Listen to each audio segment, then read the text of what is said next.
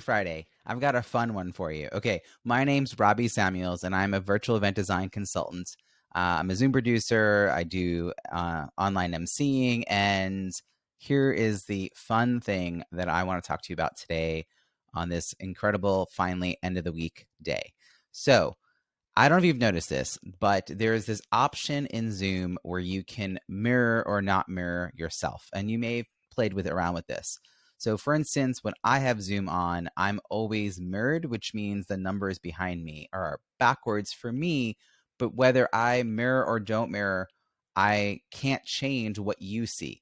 You will always see the numbers correctly behind me. So that kind of throws people off because they think that when they say up to the right and they point with their right hand up to the right, they're not pointing up to the right. They're pointing up to the left, which is very confusing to people who are on the receiving end of that. And that is part of what adds to all the Zoom fatigue, is this sort of confusion to our brains. Like, if we're telling a story and the story goes from A to Z, as the speaker, there's this desire to want to say A to Z because the future is to the right, but this is not the right for you. That's the right for you. So it would be much better if I were to say, A to Z.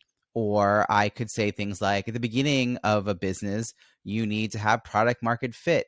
And then you want to figure out lead generation. And then you want to figure out conversion, right? That kind of thing. In the storytelling sense, you want to be thinking about mirroring your actions. Now, if you were on a big stage, this would probably make more sense to you because you'd have an audience facing you, just like you're facing me, and you'd be up on stage. And if you wanted to sort of map out a story that had a past, present, and future, and you were trained as a professional speaker, you would know that in order to indicate the future, you would walk to your left, right? This is my left. And I even have a little piece of tape on my desk that says, this is right future. Now, just to see whether or not you understand this, what I want you to try to do is show me the letter C. I know I can't actually see you and this is a video, but play along anyway. Hold up your hand and show me the letter C. And I'm going to tell you, you probably got it wrong.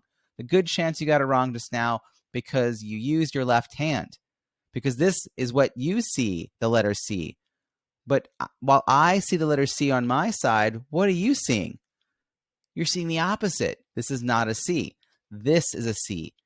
You always use your right hand. And again, it does not matter whether you mirror or don't mirror your own view. That only changes what you see. But it will always be true that this is C, that if you want to indicate that something is going up, you want to do that. You don't want to talk about this because this, if you say, oh yeah, they were just kind of going up and away, that won't make sense because this is not the right direction, right? For up and away. Like their prices just kind of climbed and climbed. You want to use your right hand to move up and to the left. Okay. And if you're in Zoom and you want to point at where the three dots are, you go like this. You point, this is, look at the top right. So anyway, this confuses people to no end, but it is one of those things, if you get 5% better at telling stories from A to Z, people will notice. I hope you've enjoyed this. Have a fantastic weekend. I'll see you next week. Cheers.